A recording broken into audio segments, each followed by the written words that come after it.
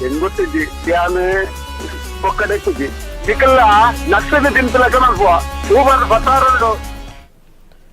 S, ಇದು ಶಾಸಕ ಸಚಿವ ಅಭಯಚಂದ್ರ ಜೈನ್ ನುಡಿದದ್ದು. ನಮ್ಮ ಸ್ಪಂದನ ವಾಹಿನಿಯ ಮೂಡುಬಿದಿರೆ ಪ್ರತಿನಿಧಿ ಯಶೋಧರ್ ಬಂಗೇರ ಅವರ ಜೊತೆಗೆ ನಿಡ್ಡೋಡಿ ಪ್ರಕರಣಕ್ಕೆ ಸಂಬಂಧಪಟ್ಟ ಹಾಗೆ ಒಂದಷ್ಟು ಮಾಹಿತಿಗಳನ್ನು ಕಲೆ ಹಾಕುವಂಥ ಕೆಲಸಗಳನ್ನು ಮೂಡುಬಿದಿರೆ ಪತ್ರಕರ್ತರು ಮಾಡ್ತಾ ಇದ್ರು, ಜನರಿಗೆ ತಲುಪಿಸ್ತಾ ಇದ್ರು. ಈ ಮೂಲಕವಾಗಿ ಅಲ್ಲಿ ಏನು ನಡೀತಾ ಇದೆ ಅನ್ನುವಂಥದ್ರ ಮೇಲೆ ಬೆಳಕು ಚೆಲ್ಲುವಂಥ ಕೆಲಸವನ್ನು ಕೂಡ ಮಾಡ್ತಾ ಇದ್ರು. ಆದರೆ ಇದನ್ನು ಸಹಿಸದಂಥ ಶಾಸಕರು ಇವ್ರ ಮೇಲೆ ಅಲ್ಲಿಯ ಪತ್ರಕರ್ತರ ಮೇಲೆ ಕೊಲೆ ಬೆದರಿಕೆಗಳನ್ನು ಮಾಡುವಂಥ ಒಂದು ಕೆಲಸಕ್ಕೆ ಇಳಿದಿರುವಂಥದ್ದು. ಅದರ ಬಗೆಗೆ ಈ ಒಂದು ಸಂವಾದ ನಡೆಸ್ತಾ ಇದ್ದೇವೆ. ಈಗ ನನ್ನ ಜೊತೆಗೆ ನಮ್ಮ ಪ್ರತಿನಿಧಿ ಯಶೋಧರ್ ಕೂಡ ಇದ್ದಾರೆ, ಜೊತೆಗೆ ಜೈಸನ್ ತಾಕೋಡೆ ಅವರು ಮಾಹಿತಿ ಹಾಕಿ ನಮ್ಮ ಮೂಲಕ ಇವೆಲ್ಲವನ್ನು ಕಲೆ ಹಾಕಿದವರು ಜೈಸನ್ ತಾಕೋಡೆ ಅವರು ಕೂಡ ನಮ್ಮ ಜೊತೆಗೆ ಇದ್ದೇವೆ. ಭಾಳ ಮುಖ್ಯವಾಗಿ ಯಶೋಧರ್, ಈಗ ಡೆವಲಪ್ಮೆಂಟ್ಗೆ ಸಂಬಂಧಪಟ್ಟ ಹಾಗೆ ಯಾವ ರೀತಿಯಲ್ಲಿ ಇಡೀ ಮೂಡುಬಿದಿರೆನ ಅಭಿವೃದ್ಧಿ ಮಾಡುವ ಬಗ್ಗೆ ಏನಾದರೂ ಒಂದು ಕಾನ್ಸೆಪ್ಟ್ ಕಲ್ಪನೆಗಳು ಇವೆಯಾ ಇವರಲ್ಲಿ ಅಂತ ಹೇಳಿ? ಕಾನ್ಸೆಪ್ಟ್ ಅಂತಲ್ಲ, ಅವರೊಂದು ಸಚಿವರಾಗಿದ್ದಾರೆ. ನಾವು ನಿಜವಾಗಿ ಹೇಳಬಾರ್ದು, ಒಂದು ಮಾಧ್ಯಮದಲ್ಲಿ ಇದ್ದು ನಾವು ಹೇಳಬಾರ್ದು. ನಾವು ಪ್ರತಿಯೊಂದು ಕಾರ್ಯಕ್ರಮಕ್ಕೆ ಹೋಗುವಾಗ ಅಲ್ಲಿಯ ಜನರು ನೀವು ಅವರ ಪರವಾಗಿ ಬರಿತಾ ಇದ್ದೀರಾ, ಇಲ್ಲಿ ಇಷ್ಟು ಸಮಸ್ಯೆ ಉಂಟು, ಅದನ್ನು ಫಸ್ಟ್ ಬರೀರಿ, ನೀವು ಸ್ಟೇಜ್ ಪ್ರೋಗ್ರಾಮ್ ಎಲ್ಲ ಮತ್ತೆ ಮಾಡಿ, ಇಲ್ಲಿ ಏನು ರಸ್ತೆ ಸಮಸ್ಯೆ ಉಂಟು, ಚರಂಡಿ ಸಮಸ್ಯೆ ಉಂಟು, ಅದನ್ನೆಲ್ಲ ಒಂದು ಫಸ್ಟ್ ಮಾಡಿ ನೀವು ವರದಿ. ಅದು ಹೆಚ್ಚಿನ ಹಂತದನ್ನು ತೆಗೆದು ನಾವು ಮಾಡಿದ್ದೇವೆ. ಆದರೆ ಇಲ್ಲಿ ಇನ್ನೂ ಸಮಸ್ಯೆ ಜೀವಂತ ಆಗಿದೆ. ಅವರು ಒಂದು ಶಾಸಕರಾಗಿ ಒಂದು 2-3 ಅವಧಿಗೆ ಶಾಸಕರಾಗಿ ಈಗ ಸಚಿವರಾಗಿದ್ದಾರೆ. ಸಚಿವರಾಗಿ 1 ವರ್ಷ ಆಯಿತು. ಡೆವಲಪ್ಮೆಂಟ್ ಬಗ್ಗೆ ನಾವು ಏನಾದರೂ ಅವರ ಹತ್ರ ಕ್ವಶನ್ ಕೇಳಿದರೆ ಸರಿ ಹೇಗೆ ಅಂತ, ಆವಾಗಲೂ ಅವರು ನಮಗೇನೆ ಕ್ರಾಸ್ ಕ್ವಶನ್ ಹಾಕುವ ಒಂದು ಪ್ರಯತ್ನನೂ ಮಾಡ್ತಾರೆ. ಅದು ಎಲ್ಲರಿಗೂ ಗೊತ್ತಿರುವ ಯೋಜನೆಗಳನ್ನು ಹೇಳೋದಕ್ಕಿಂತ ಮೊದಲು ನಿಮ್ಮ ಮೇಲೇನೆ ಅದರ ಬಗ್ಗೆ ಅದೊಂದು ಪ್ರಯತ್ನ ಮುಂಚಿನಿಂದ ಮಾಡ್ತಾ ಇದ್ರು. ನಾನು ಲಾಸ್ಟ್ ಅವರೊಂದು ಸಚಿವ ಇದಾದಾಗ ಹೋಗಿದ್ದೆ, ನನಗೆ ಸರಿ ನೆನಪುಂಟು. ನಾನು ಅದರ ಮುಂಚೆ ಒಂದು 2-3 ಸಲ ಫಾಲೋಅಪ್ ಸ್ಟೋರಿ ಆಗಿ ಒಂದು ಸೇತುವೆದು ಮೂಡುಬಿದಿರೆಯಲ್ಲಿ ಎಷ್ಟು ಸೇತುವೆ ಉಂಟು, ಆ ಸೇತುವೆ ಒಂದು ಸಮಗ್ರ ಒಂದು ವರದಿಯನ್ನು ಮಾಡಿದ್ದೆ. ವರದಿಯನ್ನು ನಾನು ಮಾತ್ರ ಅಲ್ಲ, ಅಲ್ಲಿ ಎಲ್ಲ ಪತ್ರಕರ್ತರು ಮಾಡಿದ್ದಾರೆ. ನಾವು ಕೇಳುವಾಗ ಅವರ ಹತ್ರ, ಸರ್ ಈಗ ಒಂದು ಸೇತುವೆ ಸಮಸ್ಯೆ ಉಂಟು, ತುಂಬಾ ಇದಾಗ್ತದೆ, ಜನರಿಗೆ ತೊಂದರೆ ಆಗ್ತದೆ, ನೀವು ಸಚಿವರಾದ ಮೇಲೆ ಇದಕ್ಕೆ ಏನಾದರೂ ಮಾಡ್ತೀರಾ ಅಂತ ಕೇಳಿದಕ್ಕೆ, ಅದು ಬೇರೆ ಕಡೆಯಲ್ಲಿ ಉಂಟು, ಉಡುಪಿ ಆ ಸೈಡ್ ಎಲ್ಲ ಉಂಟು, ಅದು ಇಲ್ಲಿ ಸಹ ಸಾಮಾನ್ಯ, ಅದೆಲ್ಲ ಇಷ್ಟು ಬೇಗ ಆಗುದಿಲ್ಲ ಅಂತ ಮಾತನ್ನು ಸಹ ಹೇಳಿದ್ರು. ಈಗ ಶ್ರೀಪತಿ ಹೆಗ್ಡೆ ಅವರಿದ್ದಾರೆ, ಪತ್ರಕರ್ತರು ಆಗಿರುವಂತಹ ಶ್ರೀಪತಿ ಹೆಗ್ಡೆ ಅವರಿದ್ದಾರೆ. ನಮಸ್ಕಾರ ಶ್ರೀಪತಿ ಹೆಗ್ಡೆ ಅವರೇ. ನಮಸ್ಕಾರ ಹೇಳಿ. ಬಹುಶಃ ತಮಗೆ ಗೊತ್ತಿರಬಹುದಂತ ಅಂದುಕೊಳ್ತೇನೆ, ನಮ್ಮ ಪ್ರತಿನಿಧಿ ಮತ್ತು ವಿಜಯವಾಣಿ ಪತ್ರಕರ್ತರು ಆಗಿರುವಂಥ ಯಶೋಧರ್ ಬಂಗೇರ ಮೇಲೆ ಒಬ್ಬ ಜವಾಬ್ದಾರಿಯುತವಾದಂಥ ಸಚಿವರು ಶಾಸಕರಾಗಿರೋರು ನಾವು ಯಾವುದೇ ಒಂದು ಸಮಸ್ಯೆಗಳನ್ನು ಪತ್ರಿಕೆಯಲ್ಲಿ ಹಾಕುವಾಗ ಆಗಲಿ ಅಥವಾ ಮಾಧ್ಯಮದಲ್ಲಿ ಬಂದಾಗ ಆಗಲಿ ಅದಕ್ಕೆ ಪ್ರತಿಕ್ರಿಯಿಸುವಂಥ ರೀತಿ ಏನಾಗಿರಬೇಕು, ಹೇಗಿರಬೇಕು, ಅದನ್ನು ಬಿಟ್ಟು ನಿಮ್ಮನ್ನು ಬೇಡಿ ತಿನ್ನುವಂಥ ರೀತಿಯಲ್ಲಿ ಮಾಡ್ತೇನೆ, ನಿಮ್ಮ ಪತ್ರಿಕೆನೇ ನಾನು ಸುಟ್ಟು ಹಾಕ್ತೇನೆ, ನೋಡ್ತೇನೆ, ನಮ್ಮ ಕೈಕಾಲು ಕೂಡ ಗಟ್ಟಿ ಉಂಟು ಅಂತ ಹೇಳುವಂಥ ಮಾತು ಇದು ಸರಿಯಾದ ಏನು ಹೇಳ್ತೀರಿ ಒಬ್ಬ ಪತ್ರಕರ್ತನಾಗಿದ್ದುಕೊಂಡು? ಇವಾಗ ಒಂದು ಪತ್ರಿಕೆಯ ವರದಿಗಾರರಿಗೆ ಧಮಕಿ ಹಾಕೋದು ಮತ್ತೆ ಪತ್ರಿಕೆಯನ್ನ ಸುಟ್ಟಾಕ್ತಕ್ಕಂಥದ್ದು ವಿಕೃತ ಮನೋಭಾವದ ಒಂದು ಕಲ್ಪನೆ. ಇದು ಶಾಸಕರ ಗೂಂಡಾ ಪ್ರವೃತ್ತಿಯನ್ನ ಸೂಚಿಸ್ತದೆ. ಒಬ್ಬ ಸಚಿವರಾಗಿ ಶಾಸಕರಾಗಿ ಒಂದು ಸೌಮ್ಯತೆಯನ್ನ ನೀಟಾಗಿ ಮಾತಾಡ್ತಕ್ಕಂಥದ್ದು ಇದು ಖಂಡಿತವಾಗಿಯೂ ಪ್ರಜಾಪ್ರಭುತ್ವಕ್ಕೆ ಒಂದು ಮಾದರಿಯಾದಂತಹ ಒಂದು ಕೆಲಸ ಅಲ್ಲ. ಇಂಥ ಧಮಕಿ ಆಗ್ತಕ್ಕಂಥದ್ದು ಗೂಂಡಾ ಪ್ರವೃತ್ತಿ ಆಗ್ತದೆ. ಸರಿ ಸರ್, ಈಗ ಬಹಳ ಮುಖ್ಯವಾಗಿ ಒಂದು ವಿಷಯಕ್ಕೆ ಸಂಬಂಧಪಟ್ಟಾಗೆ ಈಗ ನಿಡ್ಡೋಡಿ ಸಮಸ್ಯೆ ಇದೆ. ನಿಡ್ಡೋಡಿ ಸಮಸ್ಯೆಯನ್ನು ಅದನ್ನು ಬೆನ್ನು ಹತ್ತುವಂಥ ಕೆಲಸವನ್ನು ಕೂಡ ಈ ಸಂದರ್ಭದಲ್ಲಿ ಪತ್ರಕರ್ತರೇ ಮಾಡಬೇಕಾದಂಥ ಒಂದು ಪರಿಸ್ಥಿತಿ. ಹಿಂದೊಮ್ಮೆ ಒಂದಷ್ಟು ಹೋರಾಟಗಳು ನಡೀತಾ ಇತ್ತು, ಜನರು ಸಂಘಟಿತರಾಗ್ತಾ ಇದ್ರು. ಇವತ್ತು ಜನ ಸಂಘಟಿತರಾಗಿ ಹೋರಾಟ ಮಾಡೋದಕ್ಕೆ ಅಷ್ಟೇ ಬಲ ಇವತ್ತು ಪತ್ರಿಕೆಗಳ ಮೂಲಕ ಅಥವಾ ಮಾಧ್ಯಮಗಳ ಮೂಲಕ ಬರುವಂಥ ಸುದ್ದಿಗೂ ಕೂಡ ಇದೆ ಅಂತ ಅನ್ನುವಂಥದ್ದು. ಏನು ಹೇಳ್ತೀರಿ ಸರ್ ಇದಕ್ಕೆ? ಈಗ ಬಹಳ ಮುಖ್ಯವಾಗಿ ಈ ಘಟನೆ ಅಂದ್ರೆ ಈ ಮಾತುಗಳು ಉದ್ಭವಿಸಿರುವಂತದ್ದು ನಿಡ್ಡೋಡಿ ಪ್ರಕರಣಕ್ಕೆ ಸಂಬಂಧಪಟ್ಟಾಗಿ. ನಿಡ್ಡೋಡಿಯಲ್ಲಿ ಏನು ಉಷ್ಣ ವಿದ್ಯುತ್ ಸ್ಥಾವರ ಬರ್ತಾ ಇದೆ, ಈ ಉಷ್ಣ ವಿದ್ಯುತ್ ಸ್ಥಾವರ ಏನಿದೆ ಇದು ಇಲ್ಲಿ ಬರಬಾರ್ದು ಅನ್ನೋದ್ರಂತ ಹೋರಾಟಗಳನ್ನ ಜನರು ಮಾಡ್ತಾ ಇದ್ದಾರೆ. ಆದರೆ ಅದಕ್ಕಿಂತಲೂ ಬಹಳ ಮುಖ್ಯವಾಗಿ ಇದನ್ನು ಅಲ್ಲಿ ಏನು ಮಾಹಿತಿ ಹಕ್ಕಿನ ಆಧಾರದಲ್ಲಿ ಅದನ್ನು ಜನರಿಗೆ ತೋರಿಸುವಂತ, ಜನರಿಗೆ ಈ ರೀತಿ ನಡೀತಾ ಇದೆ, ಸರ್ಕಾರಗಳು ಈ ರೀತಿಯ ಹುನ್ನಾರವನ್ನು ನಡೆಸ್ತಾ ಇದೆ ಅಂತ ಅನ್ನುವಂಥದ್ದನ್ನು ತೋರಿಸುವಂತ ಕೆಲಸವನ್ನು ಮಾಧ್ಯಮಗಳು ಕೂಡ ಮಾಡ್ತಾ ಇರುವಂತದ್ದು. ಸೊ ಇದ್ರ ಮೇಲೇನೆ ಒಂದು ಏನು ಗೂಬೆ ಕೂರಿಸುವಂಥದ್ದು ಅಥವಾ ಇದ್ರ ಮೇಲೆ ಜರಿದು ಬೀಳುವಂಥದ್ದು ಇದು ನಡೆಯಬಾರ್ದು. ಸೊ ಅಂದ್ರೆ ನಾವೇನು ಮಾಡ್ಲಿಕ್ಕೆ ಹೊರಟಿದ್ದೇವೆ ಅದೇ ಆಗಬೇಕು ಅನ್ನುವಂಥದ್ದು ಕೂಡ ಇವರ ಉದ್ದೇಶ ಆಗಿದೆ ಅಂತ ಅನ್ನುವಂಥದ್ದು. ಇದು ಖಂಡಿತವಾಗಿ ಹೌದು. ಇವಾಗ ಏನು ವಿಷಯ ನಮ್ಮಲ್ಲಿ ಪ್ರತಿಯೊಂದು ವಿಷಯ ಯೋಜನೆಗಳಿರಲಿ ಅಥವಾ ಏನೇ ಇದ್ದು ಅದನ್ನ ಜನರಿಗೆ ಒಂದು ಕಣ್ಣಿಗೆ ಕಟ್ಟಿಬಿಟ್ಟು ಅದನ್ನ ಮಾಡ್ತಕ್ಕಂಥ ಕೆಲಸ ಆಗ್ಬಾರ್ದು.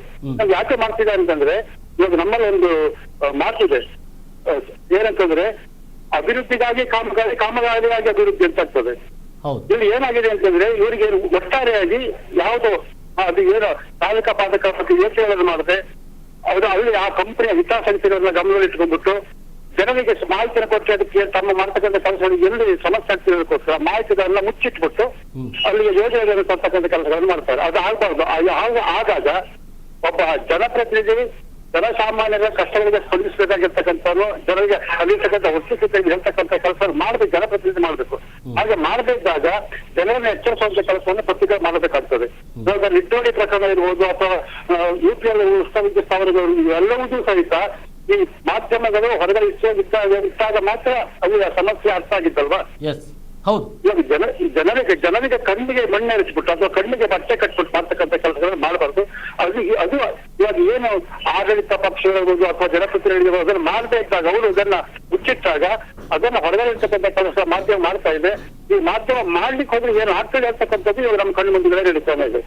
ಇದು ನಿಜವಾಗೂ ಈ ಪತ್ರಿಕೆಯ ಒಂದು ಏನು ಸ್ವತಂತ್ರ ಇದೆಯಾ ಅಥವಾ ಏನು ಮಾಹಿತಿ ಕೊಡ್ಬೇಕಾದಂತ ಒಂದು ಕರ್ತವ್ಯ ಇದೆ, ಆ ಪತ್ರಿಕೆ ಕರ್ತವ್ಯಕ್ಕೆ ಇವರು ಅಡ್ಡಪಡಿಸ್ತಾ ಇದ್ದಾರೆ, ಅದನ್ನ ಅಡ್ಡ ಹಾಕ್ತಾ ಇದ್ದಾರೆ. ಇದು ಖಂಡಿತವಾಗಿಯೂ ಒಳ್ಳೆಯ ಬೆಳವಣಿಗೆ ಅಲ್ಲ, ಇದು ಸರಿಯೂ ಅಲ್ಲ. ಪತ್ರಕರ್ತರ ಮೇಲೆ ಜೈನವರಿಗೆ ಈ ಪತ್ರಿಕೆಯವರಿಗೆ ಧಮಕಿ ಹಾಕ್ತಕ್ಕಂಥದ್ದಾಗಲಿ ಬೇರೆ ಅದು ಮಾಮೂಲು ಆಗ್ಬಿಟ್ಟಿದೆ. ಯಾಕೆಂತಂದ್ರೆ ಅವರು ಸಚಿವರಾಗಿ ಪ್ರಮಾಣವಚನ ಸ್ವೀಕಾರ ಮಾಡಿ 2-3 ತಿಂಗಳಲ್ಲಿ ರಿಕ್ಷಾ ಚಾಲಕರ ಮೇಲೆ ಹೋಗಿದ್ರು ಅವರು. ಅದೊಂದು ಒಂದು ಇಶ್ಯೂ ಆಗಿತ್ತು. ನಂತರ ಅವರು ರಿಕ್ಷಾ ಚಾಲಕ ಕ್ಷಮೆ ಕೇಳಿದ್ದಾರೆ. ಅದು ಅಭ್ಯರ್ಥನೆ ಬೇರೆ ಈಗ ಧಮಕಿ ಹಾಕ್ತಕ್ಕಂಥದ್ದು ಇಂಥದ್ದೆಲ್ಲ ಒಂದು ಹೊಸ್ತೇನಲ್ಲ. ಇವರು ಆ ರಿಕ್ಷಾ ಚಾಲಕರ ಧಮಕಿ ಹಾಕಿದ ನಂತರ ನಾವು ಅಭ್ಯರ್ಥಿ ಏನು ಸುಧಾರಿಸ್ತಾರೆ ಅಂತ ಆದ್ರೆ ಅವರು ಸುಧಾರಣೆ ಆಗ್ಲಿಲ್ಲ. ಇನ್ನು ಅವರಿಗೆ ಸುಧಾರಣೆ ಆಗ್ತಕ್ಕಂಥ ಕೆಲಸವನ್ನು ಪತ್ರಿಕೆ ಮಾಡಬೇಕಾಗಿದೆ. ಅವ್ರು ಏನ್ ತಿಳ್ಕೊಂಡಿದ್ದಾರೆ, ತಾನು ಸರ್ವಾಧಿಕಾರಿ, ತಾನು ಏನ್ ಮಾಡೋದು ನಡೀತಾರೆ ತಿಳ್ಕೊಂಡಿದ್ದಾರೆ. ಅದು ನಡೆಯೋದಿಲ್ಲ. ಇವಾಗ ಈ ಧಮಕಿ ಆಗ್ತಕ್ಕಂಥದ್ದು ಶಾಶ್ವತ ಪರಿಹಾರ ಅಂತ ಆಗೋದಿಲ್ಲ. ಇದ್ರ ಬಗ್ಗೆ ಅವರು ಈಗ ಹಿನ್ನಡೆ ಆಗ್ತದೆ. ಇಂಥ ಅವರು ಸಹಿತ ಅಭ್ಯರ್ಥಿಯಿಂದ ಜೈನ್ ಅವರ ಈ ಗೂಢ ಪ್ರವೃತ್ತಿಯನ್ನು ಅವ್ರು ಬಿಡಬೇಕು. ಮಾಧ್ಯಮದವರು ಅಥವಾ ದೃಶ್ಯ ಮಾಧ್ಯಮದವರು ಏನ್ ಹೇಳ್ತಾರೋ ಅದರ ತಪ್ಪು ಅಥವಾ ತಪ್ಪು ಸರಿ ಇಲ್ಲ ಅಂತ ಆದ್ರೆ ಅವರಿಗೆ ಹೋರಾಟ ಮಾಡಿಸಿ ಅವರಿಗಾದಂತ ಬೇರೆ ಮಾರ್ಗಗಳಿದೆ, ಅದನ್ನ ಮಾಡಬಹುದಲ್ವಾ? Yes sir, yes. Okay sir, thank you ನಮ್ಮ ಮಾತುಕತೆ ಸಿಕ್ಕಿದ್ದಕ್ಕೆ. ಎಸ್, ಇದು ಶ್ರೀಪತಿ ಹೆಗ್ಡೆ ಅವರು, ಹಿರಿಯ ಪತ್ರಕರ್ತರು. ಜೈಸಂತ ಕೊಡೆಯವರೇ, ನೀವು ಹೇಳ್ತಾ ಇದ್ರಿ ಅಂದರೆ ನಿಡ್ಡೋಡಿಯಲ್ಲಿ ಉಷ್ಣವಿದ್ಯುತ್ ಸ್ಥಾವರ ಮಾಡೋದ್ರ ಬಗೆಗೆ ಯಾವ ರೀತಿಯಲ್ಲಿ ಜನರಿಗೆ ಗೊತ್ತಿಲ್ಲದಂತೆ ಮಣ್ಣೆರಚಿ ಒಂದು ಕೆಲಸಗಳನ್ನು ಇವರು ಮಾಡ್ತಾ ಇದ್ದಾರೆ. ಸೊ ಇದನ್ನು ಪತ್ರಿಕೆಯವರು, ಮಾಧ್ಯಮದವರು ನಾವು ಅದನ್ನು ತೋರಿಸಿಕೊಡುವಂಥ ಕೆಲಸವನ್ನು ನಾವಿಲ್ಲಿ ಮಾಡ್ತಾ ಇದ್ದಂತ ಅನ್ನುವಂಥದ್ದು. ಅದನ್ನು ಮುಂದುವರಿಸಿ, ನೀವು ಯಾವ ರೀತಿಯಲ್ಲಿ ಅದು ಮಾಡ್ತಾ ಇದ್ದಾರೆ ಅಂತ ನೋಡಿ. ಆಮೇಲೆ ನಿಡ್ಡೋಡಿಯಲ್ಲಿ ಈ ಬಂದಂತ ಕೇಂದ್ರದ ತಂಡ CEA, ಸೆಂಟ್ರಲ್ ಎಲೆಕ್ಟ್ರಿಕ್ ಅಥಾರಿಟಿ ಮತ್ತು ಪವರ್ ಫೈನಾನ್ಸ್ ಕಾರ್ಪೊರೇಷನ್ ಅವರು ಒಂದು ವರದಿ ತಯಾರಿಸ್ತಾರೆ. ಆ ವರದಿಯಲ್ಲಿ ಅವರು ಕೆಲವೊಂದು ರೆಕಮೆಂಡೇಶನ್ಸ್ ಕೊಡ್ತಾರೆ. ಸಾರ್ವಜನಿಕರ ಪ್ರತಿರೋಧ ಇದೆ, ರಾಜ್ಯ ಸರ್ಕಾರ ಸಾರ್ವಜನಿಕರೊಂದಿಗೆ ಮಾತಾಡಬೇಕು, ಅದು ಫಸ್ಟ್ ಪಾಯಿಂಟ್ ಅವರು ಕೊಟ್ಟಿರುವಂತದ್ದು. ಆನಂತರ ನೀರು ತರುವ ವ್ಯವಸ್ಥೆ, ಕಲ್ಲಿದ್ದಲು ತರುವ ವ್ಯವಸ್ಥೆ, ಅದರ ಬಗ್ಗೆ ಎಲ್ಲ ಅದರಲ್ಲಿ ಮೆನ್ಷನ್ ಮಾಡಿದ್ದಾರೆ. ಈ ವಿಚಾರಗಳು ಯಾವುದು ಜನರಿಗೆ ಗೊತ್ತಿರಲಿಲ್ಲ. ಅದೆಲ್ಲ ಡೆವಲಪ್ಮೆಂಟ್ಸ್ ಆಗ್ತಾ ನಿಡ್ಡೋಡಿಯಲ್ಲಿ ಏನಾಗ್ತದೆ ಅಂತ ನಾವು ಪ್ರತಿ ಸಾರಿ ಶಾಸಕರ ಹತ್ರ ಕೇಳಿದಾಗ್ಲೂ ಅವರು ಹೇಳಿದಿಷ್ಟೇ, ನಾವು ಯಾವ ಕಾರಣಕ್ಕೂ ನಿಡ್ಡೋಡಿಯಲ್ಲಿ ಆಗ್ಲಿಕ್ಕೆ ಬಿಡುದಿಲ್ಲ ಅಂತ. ಇದರ ನಡುವೆ 2 ಚುನಾವಣೆಗಳು ಬಂದು ಹೋಗಿದೆ. 1 ವರ್ಷ ಸರ್ಕಾರದ 1 ವರ್ಷದ ಅವಧಿ ಆಗಿದೆ. ಇದೇ ಸಂದರ್ಭದಲ್ಲಿ ಅಲ್ಲಿ ಮಾತೃಭೂಮಿ ಸಂರಕ್ಷಣಾ ಸಮಿತಿ ಅಧ್ಯಕ್ಷರು ಅವರು ಈ ಬಗ್ಗೆ ಆಗ್ತದೆ ಅಂತ ಹೇಳುವ ಅವ್ರ ಮೇಲೆ ಕೂಡ ಅವರು ಜರಿದು ಬಿದ್ದಿದ್ರು. ಅವರಿಗೂ ಬಹಳ ಬೆದರಿಕೆಗಳನ್ನು ಹಾಕಿದ್ರು. ನೀವು ಬಿಜೆಪಿ ಅವರು ಮಾಡ್ತೀರಿ, ನೀವು ಅವರು ಮಾಡ್ತೀರಿ, ಇವರು ಮಾಡ್ತೀರಿ ಅಂತ. ನಮ್ಗೆ ಪ್ರೀತಿ ಇರುವುದು ನಮ್ಮ ನೆಲದ ಮೇಲೆ. ನಮ್ಗೆ ಹೋಗೋದು 1 ಸೆಂಟ್ಸ್ 2 ಸೆಂಟ್ಸ್ ಭೂಮಿ ಅಲ್ಲ. ನಮ್ಮ ಮನೆ ಹೋದ್ರೆ ನಮ್ಮ ಮನೆಯ ಬಗ್ಗೆ ನಮ್ಗೆ ಒಂದು ಭಾವನಾತ್ಮಕವಾದ ಒಂದು ಸಂಬಂಧ ಇರ್ತದೆ. ಇವರಿಗೆ ಆ ಪ್ರದೇಶದಲ್ಲಿ ಒಂದು 10 ಓಟ್ ಇರ್ಬೋದು, 20 ಓಟ್ ಇರ್ಬೋದು, ಅಥವಾ 1 ಸೆಂಟ್ಸ್ ಭೂಮಿಗೆ 50,000, 1 ಲಕ್ಷದ ಲೆಕ್ಕಾಚಾರ ಇರ್ಬೋದು. ನಮ್ಗೆ ಆ ಲೆಕ್ಕಾಚಾರ ಅಲ್ಲ. ನಮ್ಗೆ ನಮ್ಮ ಮಣ್ಣಿನ ಮೇಲೆ ಪ್ರೀತಿ ಇದೆ. ನಮ್ಗೆ ಇವರು ಒಂದು 10 ಲಕ್ಷ ರೂಪಾಯಿ ಕೊಟ್ಟು ಹೋಗಿ ಅಂತ ಹೇಳಿದ್ರೆ ಈ 10 ಲಕ್ಷ ರೂಪಾಯಿ ಈಗಿನ ಬೆಲೆಗೆ ನಾವು ಹೇಗೆ ಜೀವನ ಮಾಡಬೇಕು ಜನರು? ಅದಕ್ಕಿಂತ ಮುಖ್ಯವಾಗಿ ಇವರು ಹೇಳ್ತಾರೆ ಅಲ್ಲಿ ಸರ್ಕಾರಿ ಭೂಮಿ ಇದೆ, ಸರ್ಕಾರಿ ಭೂಮಿಯಲ್ಲಿ ಮಾಡ್ತೇವೆ, ಅದು ಮಾಡ್ತೇವೆ, ಇದು ಮಾಡ್ತೇವೆ ಅಂತ ಹೇಳ್ತಾರೆ. ನಾವು ಕೇಳುದು ಇಷ್ಟೇ, ಸರ್ಕಾರದ ನಿಲುವು ಏನು? ಅಲ್ಲ, ನಾನು ಮತ್ತೊಮ್ಮೆ ಕೇಳ್ತಾ ಇದ್ದೇನೆ, ಇವೆಲ್ಲವೂ ಕೂಡ ಜನರ ಪ್ರತಿಭಟನೆಗಳು ಎಲ್ಲ ಆದ ನಂತರದಲ್ಲಿ ಇವರ ಡೆವಲಪ್ಮೆಂಟ್ಗಳು. ಹೌದು, ಇವರು ಮತ್ತೆ ಇವರು ಕೇಂದ್ರ ಸರ್ಕಾರಕ್ಕೆ ಪತ್ರಗಳನ್ನು ಬರಿತಾ ಇರುವಂತದ್ದು, ಇಲ್ಲಿ ಮಾಡಿ ಬನ್ನಿ ಅಂತ ಹೇಳುವಂಥದ್ದು, ಅದಕ್ಕೆ ಪೂರಕವಾಗಿ ಅದಕ್ಕೆ ಸಂಬಂಧಪಟ್ಟಂತ ಇಲಾಖೆಗಳು ಏನು ಅದರ ಇನ್ಫ್ರಾಸ್ಟ್ರಕ್ಚರ್ಸ್ ಮಾಡಬೇಕು ಅದನ್ನು ಕೂಡ ಮಾಡ್ತಾ ಇರುವಂಥದ್ದು, ಈ ಎಲ್ಲ ಮಾಹಿತಿಗಳು ಇಲ್ಲಿ ಸಿಕ್ಕಿರುವಂಥದ್ದು. ಸೊ ಇವರು ಹೇಳ್ತಾರೆ 1 ವರ್ಷದ ಹಿಂದಿನದನ್ನು ಹೇಳ್ತಾ ಇದ್ದೀವಿ ಅಂತ ಹೇಳಿ. ಇವ್ರು ಹೇಳ್ತಾರೆ 1 ವರ್ಷದ ಹಿಂದಿನ ಡಾಕ್ಯುಮೆಂಟ್ಸ್ ಗಳನ್ನು ನೀವು ಇಡ್ತಾ ಇದ್ದೀರಿ ಅಂತ ಹೇಳ್ಬಿಟ್ಟು. 1 ವರ್ಷದ ಹಿಂದಿನ ಆ ಪತ್ರ ಸಿದ್ದರಾಮಯ್ಯ ಅವರಿಗೆ ಬರೆದಿರುವಂತದ್ದು. ಆದ್ರೆ ವರದಿಗಳು ಏನ್ ಹೇಳ್ತವೆ, ಒಂದು ಪಕ್ಕವಾದ ಒಂದು ಡಾಕ್ಯುಮೆಂಟ್ಸ್ ಇದೆ. ಇದೇ ಮಾರ್ಚಿನ 2014 ಮಾರ್ಚ್ 18ರಂದು power company of Karnataka limited March ಆಗ್ಬಿಟ್ಟು ಒಂದು ತಿಂಗಳಾಗಿದೆ ಅಷ್ಟೇ, 1-2 ತಿಂಗಳಾಗಿದೆ ಅಷ್ಟೇ. ಅದರಲ್ಲಿ ಅವರು ಬರೀತಾರೆ, ಭೂಮಿಯ ಲಭ್ಯತೆಯ ಬಗ್ಗೆ KIDBಗೆ ಪತ್ರ ಬರೆದಿದ್ದೇವೆ, ಅವರು ನಮಗೆ ವರದಿ ನೀಡಬೇಕಾಗಿದೆ. ಅಂದ್ರೆ ಎಟ್ ಪ್ರೆಸೆಂಟ್ ಕೂಡ ಅದರದ್ದು ಪ್ರಾಸೆಸ್ ನಡೀತಾ ಇದೆ. KIDBಯಲ್ಲಿ ಭೂಮಿಯನ್ನು ಗುರುತಿಸುವಂತಹ ಕೆಲಸವನ್ನು KIDB ಅವರು ಮಾಡ್ತಾ ಇದ್ದಾರೆ. ಅಂದ್ರೆ ಆ ನಿಡ್ಡೋಡಿ ಯೋಜನೆಯ ಕೆಲಸ ನಿಂತಿಲ್ಲ. ಅಂದ್ರೆ ಅದು ಹೊರಗಿಂದ ಹೊರಗೆ ಎಲ್ಲವೂ ಕೂಡ ನಡೀತಾ ಇದೆ. ಹೌದು, ಜನರಿಗೆ ಒಳಗಿಂದ ಗೊತ್ತಾಗುದಿಲ್ಲ. ಹೌದು. ಅಂದ್ರೆ ಎಲ್ಲೋ ನಕ್ಷೆಯನ್ನು ಇಟ್ಕೊಂಡು, ಭೂಮಿಯ ನಕ್ಷೆಯನ್ನು ಇಟ್ಕೊಂಡು ಅಲ್ಲೇ ಲೆಕ್ಕಾಚಾರಗಳನ್ನು ಮಾಡ್ತಾರೆ. ಯಾರ್ಯಾರ್ದು ಭೂಮಿ ಅಂತ ಲೆಕ್ಕಾಚಾರಗಳನ್ನ ಹಾಕ್ತಾರೆ, ಎಷ್ಟು ಸಿಗ್ಬೋದು ಅಂತ. ಎಲ್ಲೋ ಭೂ ಮಾಫಿಯಾಗಳು ಕೂಡ ಇದರ ಹಿಂದೆ ಕೆಲಸ ಮಾಡ್ತಾ ಇದ್ದಾವ ಅಂತ ಅನ್ನೋದು ಅಭಯ್ ಚಂದ್ರ ಜೌನರು ಹೇಳಿದಷ್ಟೇ. ಯಾವಾಗ ನಾವು ಪ್ರಶ್ನೆ ಕೇಳಿದಾಗ ಅವರು ಪ್ರಪ್ರಥಮವಾಗಿ ಹೇಳಿದ್ದು ಭೂಮಾಫಿಯಾದವರ ಕೈವಾಡ. ಭೂಮಾಫಿಯಾದವರ ಕೈವಾಡ ಅಂದ್ರೆ ಭೂಮಾಫಿಯಾದವರ ಕೈವಾಡ ಎಷ್ಟಿರ್ಬೋದು? ಓಕೆ, ಇರ್ಲಿ, ಭೂಮಾಫಿಯಾದವರ ಕೈವಾಡ. ನಾನು ಸಹ ಹೇಳ್ತೇನೆ ಅದನ್ನು, ಭೂಮಾಫಿಯಾದವರ ಕೈವಾಡ ಇದೆ. ಯಾಕಂತ ಹೇಳಿದ್ರೆ ಒಂದು ತಾಜಾ ನಿದರ್ಶನ ಇದೆ. ಕೈಗಾದಲ್ಲಿ ಒಂದು ಅಣು ವಿದ್ಯುತ್ ಸ್ಥಾಪಿಸುವ ಒಂದು ಮಾಡುವಂತ ಒಂದು ಯೋಜನೆ ಇದೆ. ಅದರಲ್ಲಿ 4 ಯೂನಿಟ್ಸ್ ಇದೆ. ಆ 4 ಯೂನಿಟ್ಸ್ ನಲ್ಲಿ ಇನ್ನು ಹೆಚ್ಚುವರಿ 2 ಯೂನಿಟ್ಗಳನ್ನು ಮಾಡಲಿಕ್ಕೆ ಕೇಂದ್ರ ಸರ್ಕಾರ ಅನುಮತಿ ಕೊಟ್ಟಿತ್ತು. ನಿನ್ನೆ ನಾವು ಪತ್ರಿಕೆಯಲ್ಲಿ ನೋಡಿದ್ದೇವೆ. ಕೇಂದ್ರ ಸರ್ಕಾರ ನೀವು ಇನ್ನೊಂದು 2 ಹೆಚ್ಚುವರಿ ಯೂನಿಟ್ಗಳನ್ನು ಮಾಡಿ ಅಂತ ನಮ್ಮ ಕರ್ನಾಟಕಕ್ಕೆ ಹೇಳಿದೆ, ಗುಜರಾತ್ಗೆ ಹೇಳಿದೆ, 2 ಸ್ಟೇಟ್ಗಳಿಗೆ ಹೇಳಿದೆ. 3 ಸ್ಟೇಟ್ಗಳು ಆಲ್ರೆಡಿ ಆ ಕೆಲಸವನ್ನು ಮಾಡಿವೆ. ಅಂದ್ರೆ ಅದಕ್ಕೆ ಅನುಮತಿ ಕೊಟ್ಟಿದ್ದಿದ್ರೆ ರಾಜ್ಯದಲ್ಲಿ ಹೆಚ್ಚುವರಿ ಭೂಮಿಯನ್ನ ತೆಗೆದುಕೊಳ್ಳುವಂತ ಅವಶ್ಯಕತೆ ಇರಲಿಲ್ಲ. ಆಲ್ರೆಡಿ ಅಲ್ಲಿ ತೆಗೆದುಕೊಂಡ ಭೂಮಿ ಇದೆ. 1400 ಮೆಗಾವಾಟ್ ವಿದ್ಯುತ್ ಅಲ್ಲಿ ಉತ್ಪತ್ತಿ ಆಗ್ತಿತ್ತು. ಇರುವ ಇನ್ಫ್ರಾಸ್ಟ್ರಕ್ಚರ್ ಒಳಗೆ ಅಲ್ಲಿ ವಿದ್ಯುತ್ ಉತ್ಪಾದನೆ ಆಗ್ತಿತ್ತು. ಮತ್ತೆ ಇನ್ನೊಂದು ಏನಂತ ಹೇಳಿದ್ರೆ, ಯಾವ ರಾಜ್ಯದಲ್ಲಿ ಅಣು ವಿದ್ಯುತ್ ಅನ್ನು ಉತ್ಪಾದಿಸುತ್ತಾರೋ ಅಲ್ಲಿ ಉತ್ಪಾದನೆಯಾದ ವಿದ್ಯುತ್ತಿನ ಅರ್ಧ ವಿದ್ಯುತ್ ಅದೇ ರಾಜ್ಯಕ್ಕೆ ಕೊಡ್ಬೇಕಂತ ಇದೆ. ಅಂದ್ರೆ ನಮ್ಗೆ ಪುಕ್ಕಟೆಯಾಗಿ ಒಂದು 700 ಮೆಗಾವಾಟ್ ವಿದ್ಯುತ್ ಸಿಗ್ತಾ ಇತ್ತಲ್ಲ, ಅದರ ಬಗ್ಗೆ ಇವರು ಇಂಟ್ರೆಸ್ಟ್ ತೋರಿಸದೆ ಇಲ್ಲಿ ಕೃಷಿ ಭೂಮಿಯನ್ನು ಪಡ್ಕೊಳ್ಳುವಂತ ಈ ಯೋಜನೆಗೆ ಇವರು ಅಷ್ಟು ಕಾನ್ಸಂಟ್ರೇಟ್ ಮಾಡ್ತಾರಂತ ಹೇಳಿದಾದ್ರೆ ಇವರಿಗೆ ಇದರಲ್ಲಿ ಜಾಸ್ತಿ ಲಾಭ ಉಂಟಂತ. ಹಾಗಾದ್ರೆ ಜವಾಬ್ದಾರಿಯುತವಾದ ಸಚಿವರಾಗಿ, ಶಾಸಕರಾಗಿ ಇದನ್ನ ಅಧ್ಯಯನ ಮಾಡಬೇಕಿತ್ತು. ಹೌದು, ಇದು ಬೇಕಾ ಬೇಡವೆ, ಅಥವಾ ನಾವು ಬೇರೆ ನಮ್ಮದೇ ಬೇರೆ ಕಡೆಗಳಿಂದ ವಿದ್ಯುತ್ ಉತ್ಪಾದನೆ ಆಗ್ತಾ ಇದ್ರೆ ಅದನ್ನು ಹೆಚ್ಚುವರಿಯಾಗಿ ನಾವು ಹೇಗೆ ಇಲ್ಲಿಗೆ ತರಿಸಬಹುದು ಅನ್ನೋದು ಮಾಡಬಹುದಾಗಿತ್ತು. ರಾಯಚೂರಿನಲ್ಲಿ RTPS ನಲ್ಲಿ 2 ಘಟಕಗಳು ಮೊನ್ನೆ ಡೌನ್ ಆಗಿವೆ. ಅದನ್ನು ಮಾಡಬಹುದಾಗಿತ್ತಲ್ಲ, ಅದನ್ನು ಮಾಡ್ತಾ ಇಲ್ಲ ಅವರು. ಆ RTPS ಬಗ್ಗೆ ನಿಮಗೆ ಕಾಳಜಿ ಇಲ್ಲ, ಈ ಕೈಗಾದಲ್ಲಿ ಆಗಿರುವಂತ ಇದರ ಬಗ್ಗೆ ನಿಮಗೆ ಕಾಳಜಿ ಇಲ್ಲ. ಈ ತದ್ರಿಯಲ್ಲಿ ಏನೋ ಒಂದು ಬಯೋಗ್ಯಾಸ್ ಅನ್ನು ಮಾಡಿಕೊಂಡು ನಾವು ಮಾಡಬೇಕಿತ್ತು, ಆ ಯೋಜನೆ ಕೂಡ ಸಮರ್ಪಕವಾಗಿ ಅನುಷ್ಠಾನ ಆಗ್ತಿಲ್ಲ. ಅದನ್ನೆಲ್ಲ ಬಿಟ್ಟು ನೀವು ಫ್ರೆಶ್ ಆಗಿ ನಿಡ್ಡೋಡಿಯಲ್ಲಿ ಒಂದು ಹೊಸ ಯೋಜನೆ ಮಾಡ್ತೇವೆ ಅಂತ ಇಳಿಯುವುದು ಅದು ಮೂರ್ಖತನದ ಪರಮಾವಧಿ ಅಲ್ವಾ? ಹಾಗಾದ್ರೆ ಬಹಳ ಮುಖ್ಯವಾಗಿ ಎಲ್ಲ ಮಾಹಿತಿಗಳು ನೀವು ತೆಗೆದು ಹಾಕಿಕೊಂಡು ಜನರಿಗೆ ಹೇಳ್ತಾ ಇದ್ದೀರಿ, ಸತ್ಯವನ್ನ ಹೇಳ್ತಾ ಇದ್ದೀರಿ. ಹಾಗಾಗಿ ನಿಮ್ಮನ್ನ ನೀವೇನ್ ಮಾಡ್ತಾ ಇದ್ರಿ, ನೀವು ಮಾಡದಾಗಿ ಮಾಡಬೇಕು. ಅದಕ್ಕೋಸ್ಕರ ನೀವು ಬದುಕದಾಗಿ ನಟ್ಟಿ ಬೇಡುವಾಗಿ ನಾನು ಮಾಡಿಸ್ತೇನೆ. ನನ್ನದೊಂದು ಸಣ್ಣ ಪತ್ರಿಕೆ, ನನ್ಗೆ ಸ್ವಾರ್ಥ ಇದ್ದಿದ್ದಾದ್ರೆ ನಾನು ನನ್ನ ಪತ್ರಿಕೆಯಲ್ಲಿ ಪ್ರಕಟಿಸಿ ಸುಮ್ಮನೆ ಇರಬಹುದಾಗಿತ್ತು. ಆದ್ರೆ ಈ ಡಾಕ್ಯುಮೆಂಟ್ಗಳನ್ನು ನಾನು ಎಲ್ಲಾ ಪತ್ರಿಕೆಯವರಿಗೆ ಕೊಟ್ಟಿದ್ದೇನೆ. ರಾಜ್ಯ ಮಟ್ಟದಲ್ಲಿ ಸುದ್ದಿ ಆಗ್ಲಿ, ಇದರಿಂದ ಏನಾದ್ರೂ ಒಂದು ಅವೇರ್ನೆಸ್ ಆಗ್ಲಿ. ನೋಡಿ, ಅದರಿಂದ ಅವೇರ್ನೆಸ್ ಆಗಿದ್ದಕ್ಕೆ ಇವತ್ತು ಎಲ್ಲ ರಾಜಕಾರಣಿಗಳು ಪ್ರತಿಕ್ರಿಯೆ ಕೊಡ್ತಾ ಇದ್ದಾರೆ. ಒಂದು ರೀತಿಯಾದ ಒಂದು ಜಾಗೃತಿ ಬರ್ತಾ ಇದೆ. ನನ್ಗೆ ಇವತ್ತು ಇಂಟೆಲಿಜೆನ್ಸ್ ಅವರು ಫೋನ್ ಮಾಡಿದ್ರು, ಅದು ನಿಮ್ಮ ಪತ್ರಿಕೆಯಲ್ಲಿ ಏನು ಬಂದಿದೆ ಅದರದೊಂದು ಪ್ರತಿ ನನಗೆ ಬೇಕು ಅಂತ ಇಂಟೆಲಿಜೆನ್ಸ್ ಅವರು ಕೇಳಿದ್ದಾರೆ. ಹಾಗಂತ ಹೇಳಿದ್ರೆ ನಾವು ಈ ಮಾಡಿದ ಕೆಲಸದಿಂದ ರಾಜ್ಯದ ರಾಜಧಾನಿಯವರೆಗೆ ಒಂದು ಎಫೆಕ್ಟ್ ಆಗಿದೆ. ಇದನ್ನು ನಾವು ಮಾಡದೇ ಇರುತ್ತಿದ್ರೆ ನಾವು ಇನ್ನು ಯಾರು ಮಾಡಬೇಕು? ಸಚಿವರಾದ ಒಂದು ಮಾಡುದಿಲ್ಲ, ಹೋರಾಟಗಾರರು ನಾವು ಹೋರಾಟ ಮಾಡ್ತೇವೆ. ಈಗ ಅದಕ್ಕೆ ಪೂರಕ ಮತ್ತೊಂದು ಪ್ರಶ್ನೆ ನಾನು ಕೇಳಬೇಕು. ಕಾರ್ಯಕರ್ತರ ಜೊತೆ ಇವರು ಹೇಗಿರ್ತಾರೆ ಅಂತ. ಈಗ ಪತ್ರಿಕೆಯವರು, ಸುದ್ದಿ ಮಾಡುವವರು, ಪತ್ರಿಕೆಯವರ ಜೊತೆನೇ ಈ ರೀತಿಯಾಗಿ ಫೋನಲ್ಲಿ ಮಾತನಾಡುವಂಥ ಒಂದು ರೀತಿಯಲ್ಲಿ ಇದ್ದಾರೆ ಅಂತ ಹೇಳಿದ್ರೆ, ನೀನು ಕಾರ್ಯಕರ್ತರ ಜೊತೆ ಇವರು ಹೇಗಿರ್ಬೋದು ಅಂತ. ಖಂಡಿತ ಹೆಚ್ಚಿನ ಕಾರ್ಯಕರ್ತರ ನನ್ನ ಹತ್ರ ಮಾತಾಡ್ತಾರೆ. ಒಳ್ಳೆ ಬಾಂಧವ್ಯ ಇದೆ ಎಲ್ಲ ಪಕ್ಷದವರು. ನಾವೇನು ಒಂದು ಯಾವ ಪಕ್ಷದ ಒಂದು ಪ್ರತಿನಿಧಿ ಅಲ್ಲ. ಮತ್ತೆ ಯಾರಿಗೆ ಎಷ್ಟು ಬೇಕು ಅಷ್ಟು ನಾವು ಕೊಡ್ತೇವೆ. ಅವರ ಪ್ರೋಗ್ರಾಮ್ ಹೋದ್ರೆ ಇವರ ಪ್ರೋಗ್ರಾಮ್ ಹೋಗ್ತೇವೆ. ಅವ್ರದ್ದು ಏನಾದ್ರು ಒಂದು ಸ್ಪೆಷಲ್ ಏನಾದ್ರು ಪ್ರೋಗ್ರಾಮ್ ಇದ್ರೆ ನಾವು ಹೋಗ್ತೇವೆ, ಇವರದ್ದು ಹೋಗ್ತೇವೆ. BJP ಹೋಗ್ತೇವೆ, ಕಾಂಗ್ರೆಸ್ ಹೋಗ್ತೇವೆ, JDS ಹೋಗ್ತೇವೆ. ಆದ್ರೆ ಕಾಂಗ್ರೆಸ್ ಕಾರ್ಯಕರ್ತರು ಸ್ಪೆಷಲ್ ಆಗಿ ಅವರ ಹತ್ರ ನಾನು ತುಂಬಾ ಒಡನಾಡಿಯಾಗಿದ್ದೇನೆ.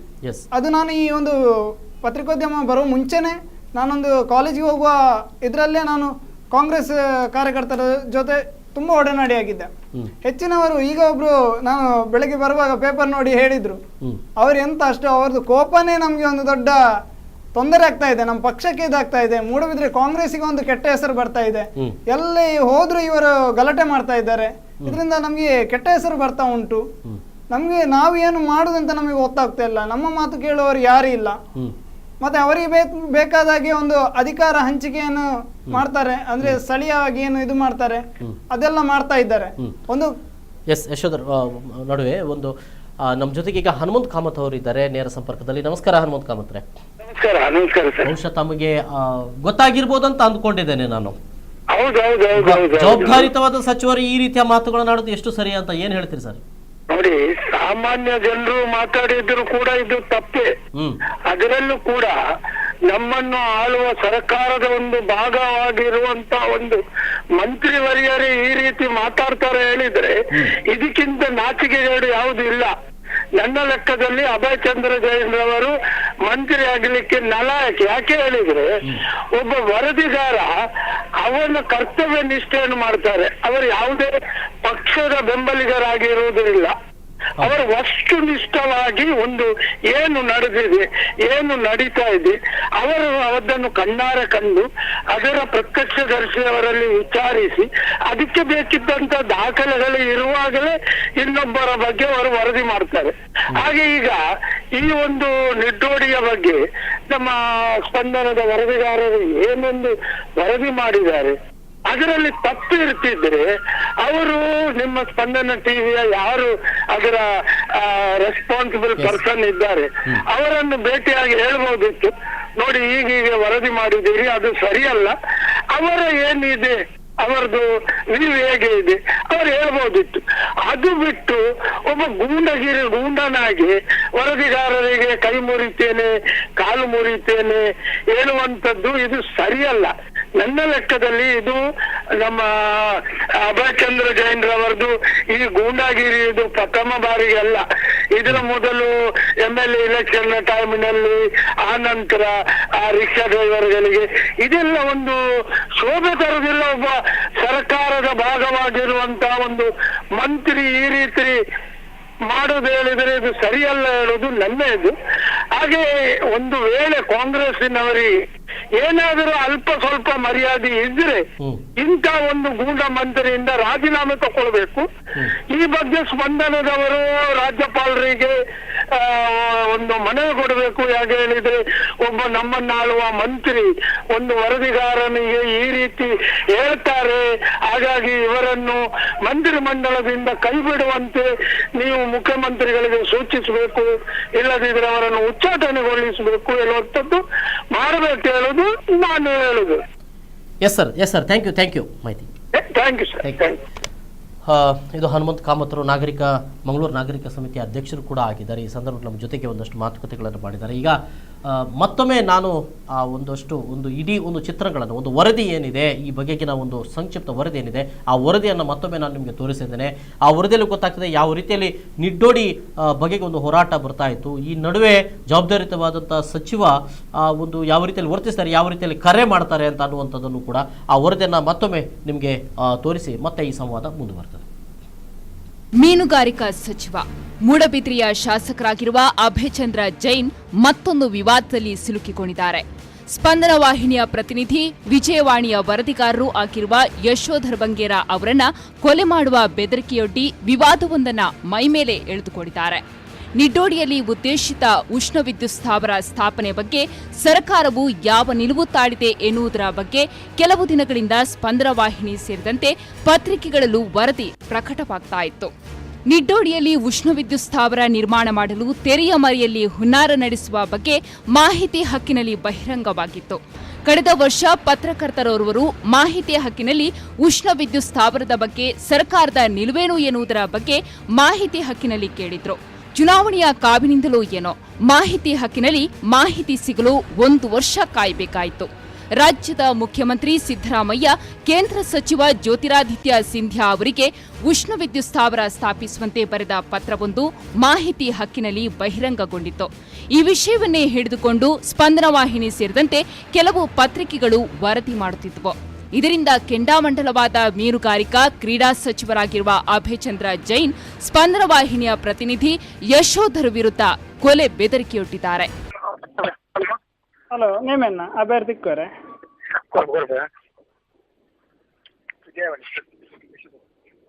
ಹಲೋ ಯಶೋಧ ನಮಸ್ತೆ ಸರ್ ಅವೇಂಟಿನ ಪೇಪರ್ ದಾನ మన ಬರೋಬರ್ಪನ ಅಂದೆ ಆತ ಇಂಕ ಬಂಡ ಅಸೈನ್ಮೆಂಟ್ ಕೊರೊಂದುಲ್ಲೇರು ಸರ್ ಅವು ಮಲ್ತು ಜಿಂದ ಅಕ್ಲೆಗೆ ಬೊಕ್ಕ ಉಂದಾಪುಂಡು ಏನನ ದೆಪ್ಪುನಲ್ಲ ಚಾನ್ಸ್ ಉಂಡು ಒಂಜಿ ವರ್ಷ ದುಂಬುದ ನಿಸ ಪಾಂಡ ಹಾಂ ಒಂಜಿ ವರ್ಷ ದುಂಬುದ ನಿಸ ಕೂಡ ಪಾಡ್ದೆ ಎಂಕ್ಲೆ ಇರಿಟೇಟ್ ಮಾಡ್ತಂದ ಹಾಂ